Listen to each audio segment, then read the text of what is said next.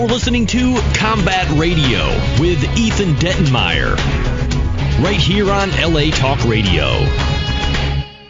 Well, time for another episode of Combat Radio. The radio tragedy continues. I wanted to actually, well, let's just get right to it. I had what seemed like an important announcement to make, and it's probably better to just introduce our guest and start the show. Anyways, joining us is the man who coined the phrase, "It's hard to be me."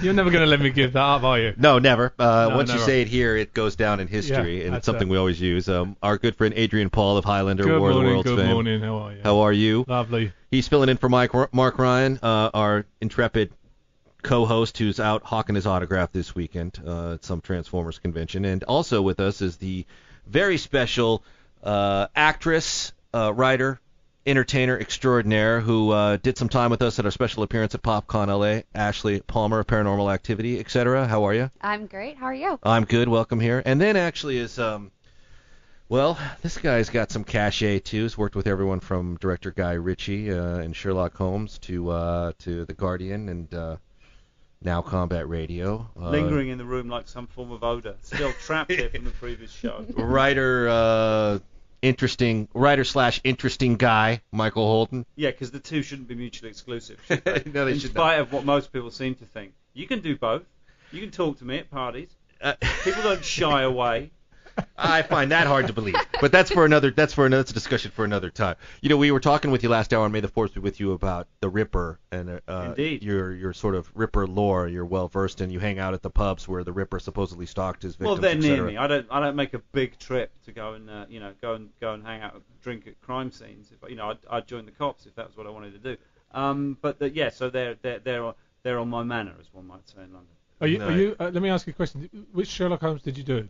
I worked under Guy rewriting the first movie, the first one, which I think came out in 2009. I mean, I was working on it in 2008. Okay. What is distinctly yours on screen? And by the way, Guy's decision not to use Ashley Palmer in that film is something I think everyone, audience worldwide, regrets.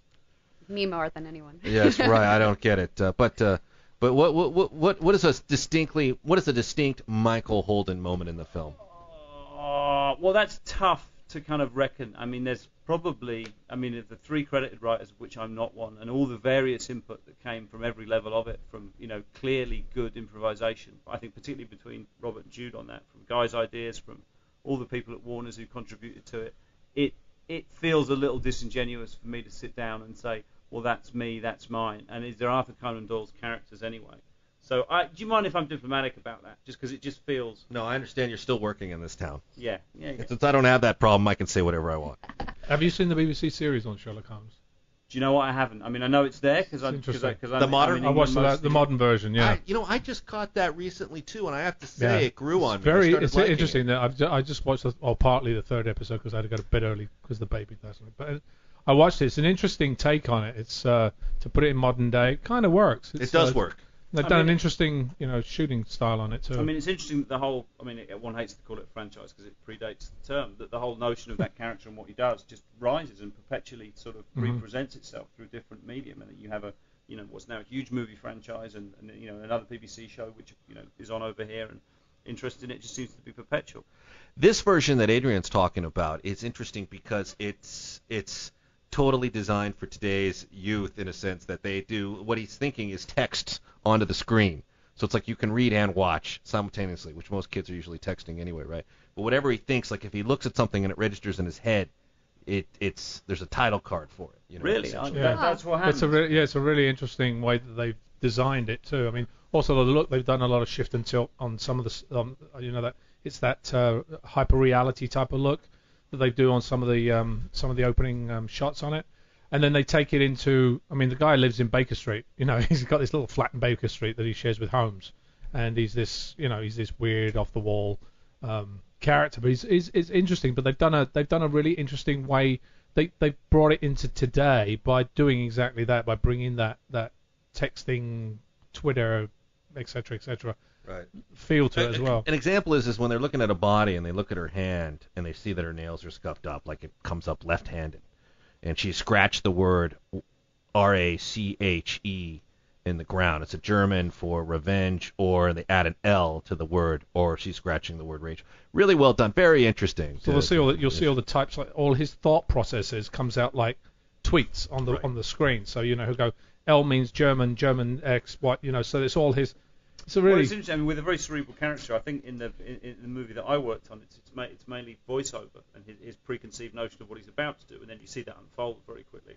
But it's interesting. You're going back to the Basil Rathbone versions and stuff. They don't really have any VO or any clear explanation. No. Like that. But you do get the fantastic detective sort of classic scenes where you get a good, hefty sort of 40-second speech where all is revealed to us.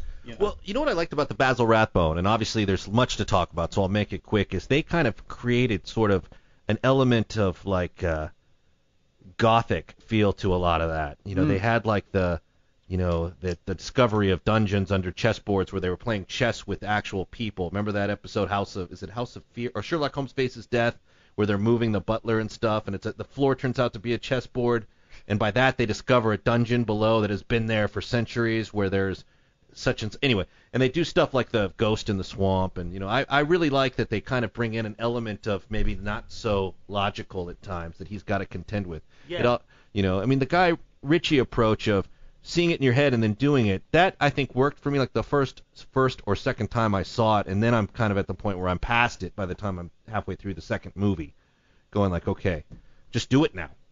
We get that you do that. Do it. These are the problems of modern movies. The audience consciousness moves at a ferocious rate, and what seems to be original even 20 minutes ago in a movie or 18 months ago in a production is very quickly old hat. Sequel's always a problem for that. Because you have such high expectations from the first, and even from a book, that the audience's appetite, like you say, is so voracious that they go, I've seen that. Okay, what's next? And everything's moving at such a pace today. It's difficult second album syndrome as well. People have something that goes wonderfully once, and for reasons nobody really knows why, no matter how. Let me see if I can figure this out. Writer in Holden, director, producer now with Adrian, Paul, actress Palmer.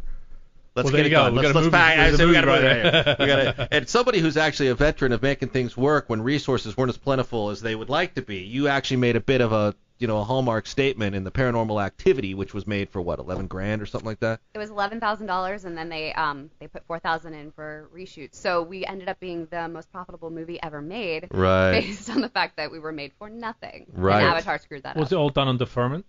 Everything was deferred. He put it on his credit card. Did he really? Wow. You had told me when we talked to PopCon that your management at the time even said, "You do you even want to do this movie?" I don't know, or some had, I don't know. He's like, if you feel like making a road trip to San Diego for the weekend, whatever, fine. If you don't, nobody's ever going to see it. How many? That's exactly what he said. Those were his words. How many days was the shoot?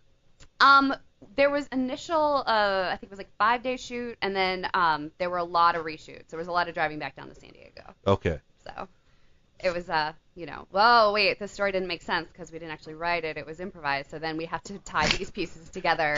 These pieces together. Yeah.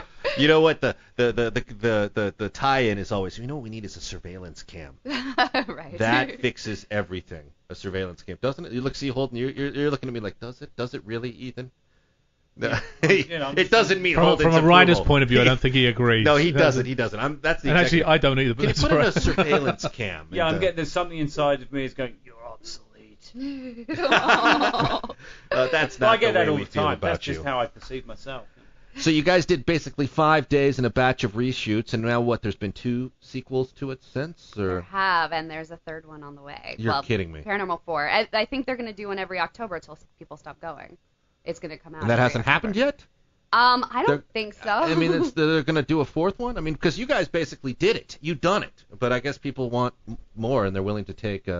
I guess demons can go everywhere. They've actually been going back and back in history. The last one was in the 80s. Were you surprised? You must have been surprised, obviously, at the reception of that film. Yeah, I mean, I've done like 100 movies that at the time I thought were much more promising than this one. This was, like my manager said, something nobody's ever going to see, but it's work, So we went, we had fun, and I had seen some of the dailies that they had shot before I started, and I was like, actually, this is kind of good. And the makeup artist is like, oh my God, we're going to Sundance, and I'm like, yeah, right, Was that really your response? You're like, yeah. I was like, oh, it's good, but I've been in a lot of other things that are really good that nobody ever mean, saw. That's interesting that is like the credit we introduced you with, because you have such an extensive resume, and I'm sorry to do that to you. Oh no, but that's what people know. It's like But I mean, it's amazing to me the phenomenon that movie created, and also I think part of it was the fact that it was made because I had asked Michael last hour. I said if I had $100,000 production budget, what could you drum up as a writer?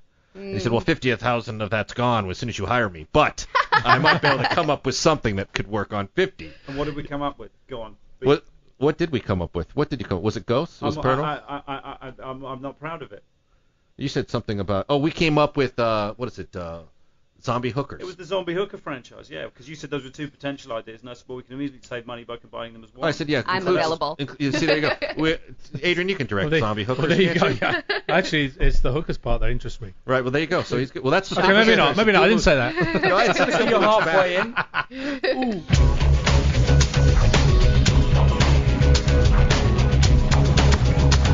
You're listening to Combat Radio with Ethan Dettenmeyer, right here on LA Talk Radio.